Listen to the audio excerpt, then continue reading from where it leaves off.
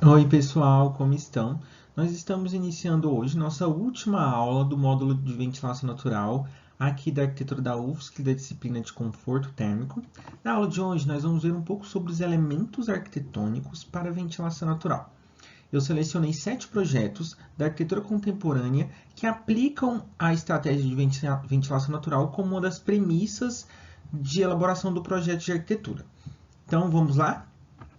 Nós vamos iniciar a aula com essa escola, uma escola secundária da República da Burkina, que fica localizada num clima árido quente, segundo a classificação de Köppen, e foi elaborada pelo arquiteto Queré Arquitetos.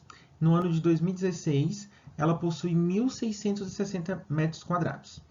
Ela tem uma arquitetura que mistura arquitetura mais contemporânea, com materiais vernaculares, né, da região. E ela é bem interessante porque ela consegue, né, os arquitetos conseguiram trazer uma interação desse novo tipo de arquitetura que eles estavam fazendo com a arquitetura local, né, não destoando enquanto a sua forma, o uso dos seus materiais, enfim.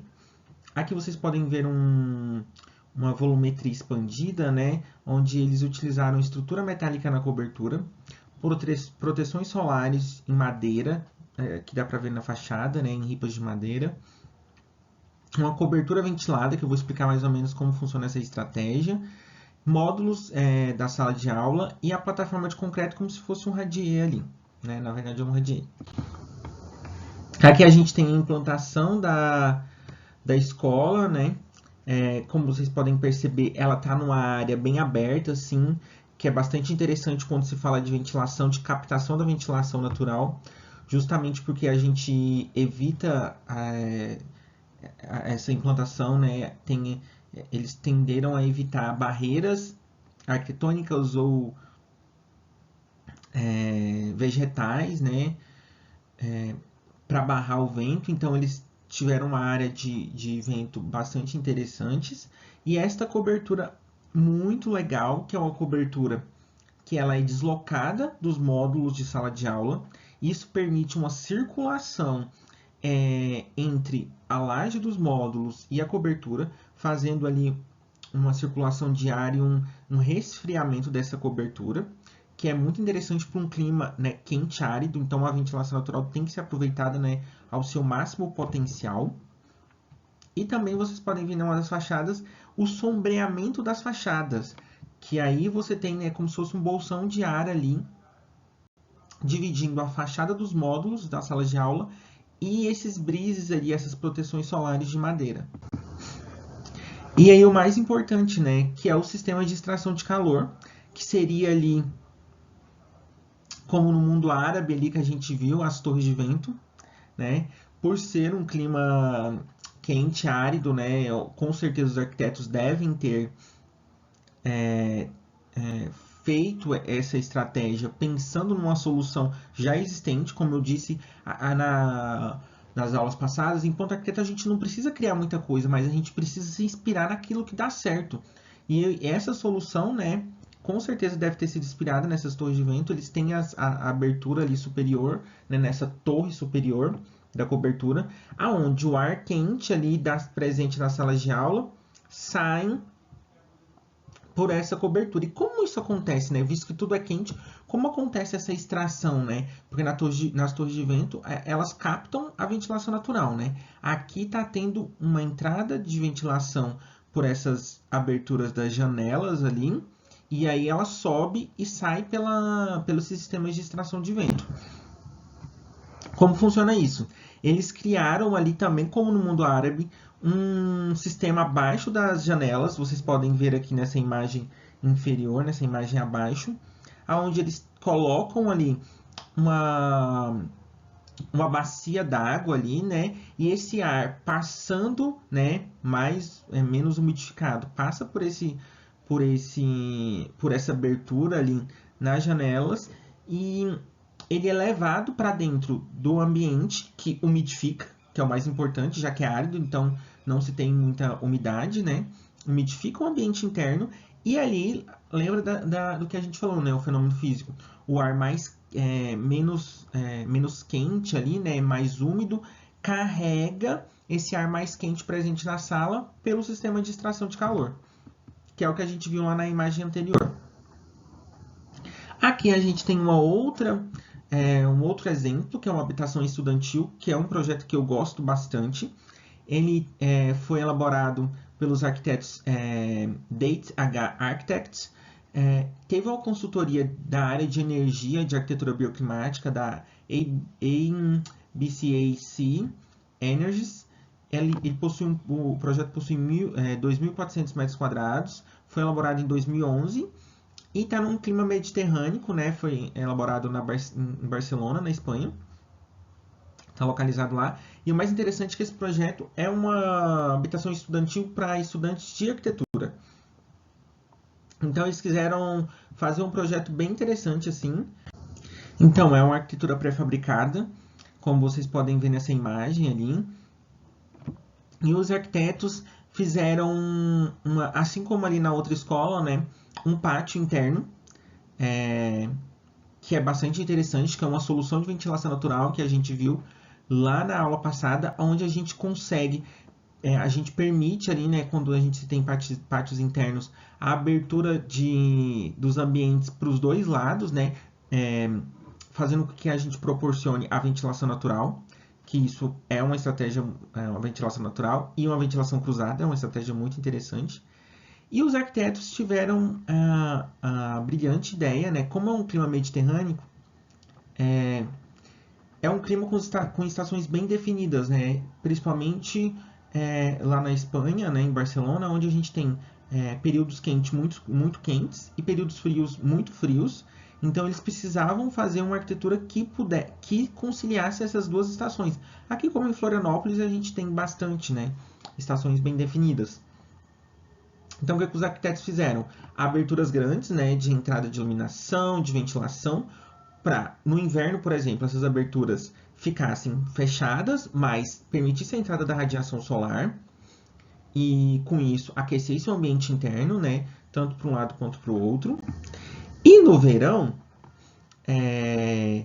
a ideia foi criar ali, como vocês viram na imagem anterior, uma estrutura ali, uma parede verde que servisse como um bolsão de ar ali, separando a estrutura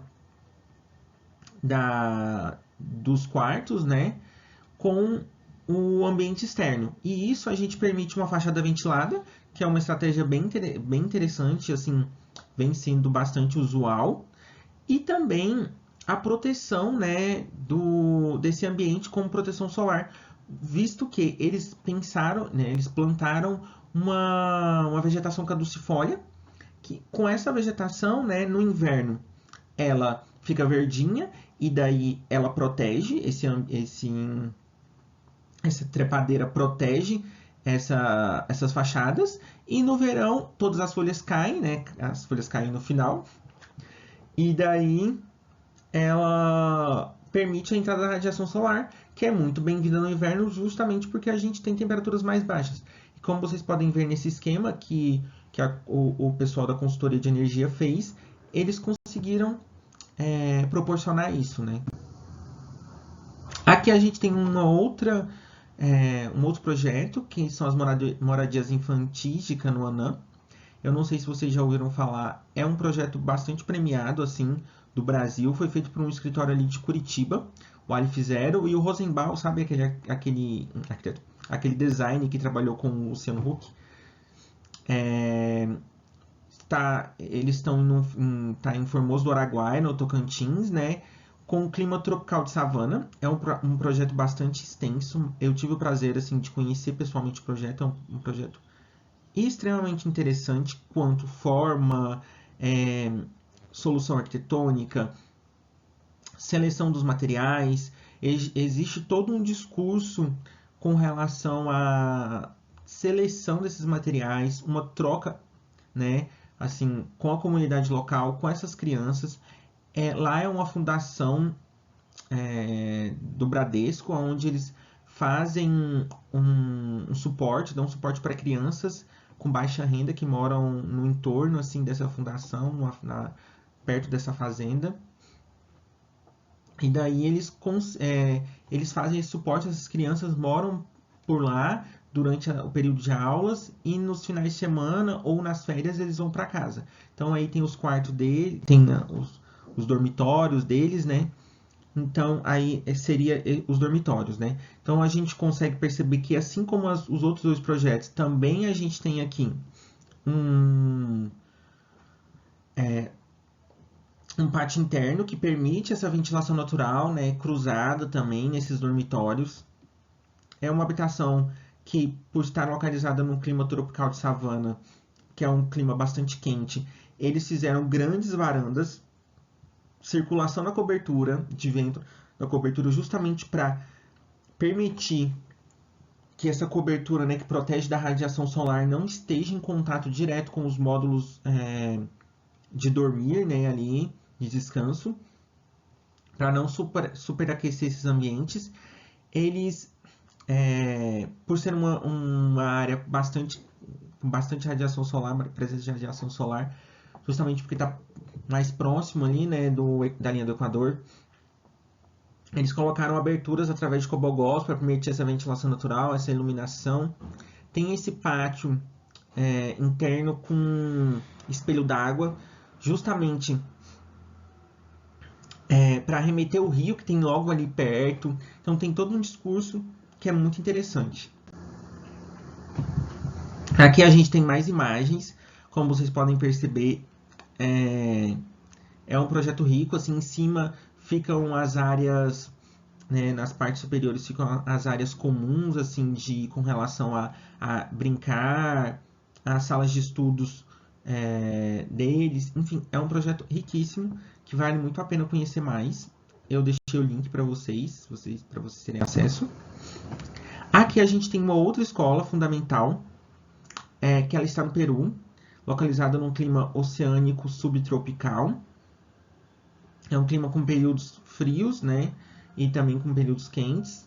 Esse projeto foi elaborado em 2013. Também é um projeto extremamente interessante quanto à sua forma de seleção dos materiais. Os arquitetos dizem, né, nesse artigo do ArcDaily, eles falam muito sobre como pensaram a seleção desses materiais, como eles quiseram incorporar, né, esses materiais do entorno para essa edificação. E uma solução, né, com relação à ventilação natural que eles tiveram foi, a partir da cobertura ali, deixarem espaços, né, de transição do vento a partir dessas aberturas das janelas ali de entrada de ar, e aí esse ar quente ali presente na cobertura seria levado por esses brises que estão lá na parte superior, né? Eles não colocaram laje. Percebam que os materiais são materiais bem simples, madeira, palha, que são materiais locais que deram certo. Então, eu lembro até daquela primeira aula que o professor Martin deu lá no início da disciplina, a relação da arquitetura com o homem a partir da arquitetura vernacular, né? Quanto a gente não pensa isso nos dias atuais, e quanto a arquitetura vernacular, a arquitetura do local em si, fala muito mais do que isso, sabe? Aqui, continuando a escola, né, que eu apresentei anteriormente, a gente percebe que os arquitetos também tiveram preocupação quanto às aberturas, né, proteção das aberturas. Percebam que nesses climas quentes é importante fazer aberturas para a entrada da ventilação natural, mas também é importante proteger essas aberturas, visto que a radiação solar é muito incidente nesses lugares muito quentes.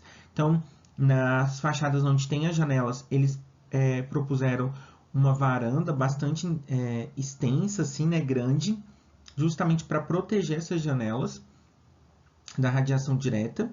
E na parte dos fundos eles colocaram, né, uma fileira de bananeira, que além de dar fruto, né, que é bastante inteligente, né, para esse local, e é uma vegetação ali nativa para eles, né, bastante usual. Ainda consegue também proteger de erosões, visto que a bananeira é uma vegetação muito importante, onde a gente tem declividades altas. E também essas bananeiras colocaram em fileira naquelas aberturas lá perto da cobertura. Aqui a gente tem um outro projeto, que é uma academia urbana, que é um projeto, assim, eu acho mais típico em áreas muito concentradas, urbanamente falando, visto que a gente tem geralmente lotes muito extensos, assim, principalmente em áreas onde a gente tem uma área histórica, né? Bastante extensos, assim, quanto a sua área longitudinal e transversal bem pequena. E daí os arquitetos tinham um desafio de, eu preciso fazer um projeto de uma academia, foi feito pelos arquitetos Natura Futura, do ano de 2020, em uma cidade do Equador, onde a gente tem um clima de floresta tropical. E eles precisavam ventilar essa academia e fazer que as soluções passivas que eles implementassem fossem interessantes. Percebam que é um clima bastante quente, então a gente precisa de trocas de ar, de renovação de ar o tempo todo. E os arquitetos tinham esse desafio, né? Visto a disposição do lote. O que os arquitetos fizeram? Vamos abrir tudo aonde a gente consegue abrir. Então, eles, além da integração da vegetação, né, dentro do projeto, justamente para a gente ter uma evapotranspiração, umidificar esses ambientes, eles, nos dois espaços que eles puderam fazer aberturas, eles deixaram aberturas bastante extensas, grandes, para permitir a ventilação cruzada.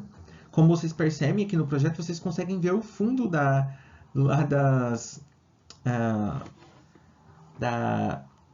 dessa academia, né? Justamente porque eles escancararam as aberturas. Eles fizeram estruturas apenas na longitudinal ali, onde seriam a divisa dos lotes, né? Do lote deles.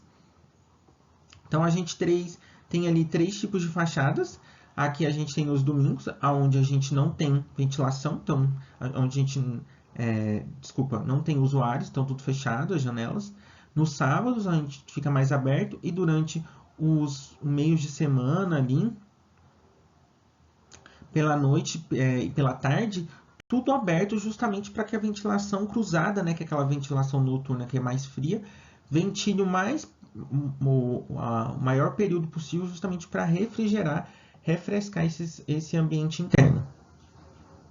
Aqui a gente tem um outro projeto, que é uma usina hidrelétrica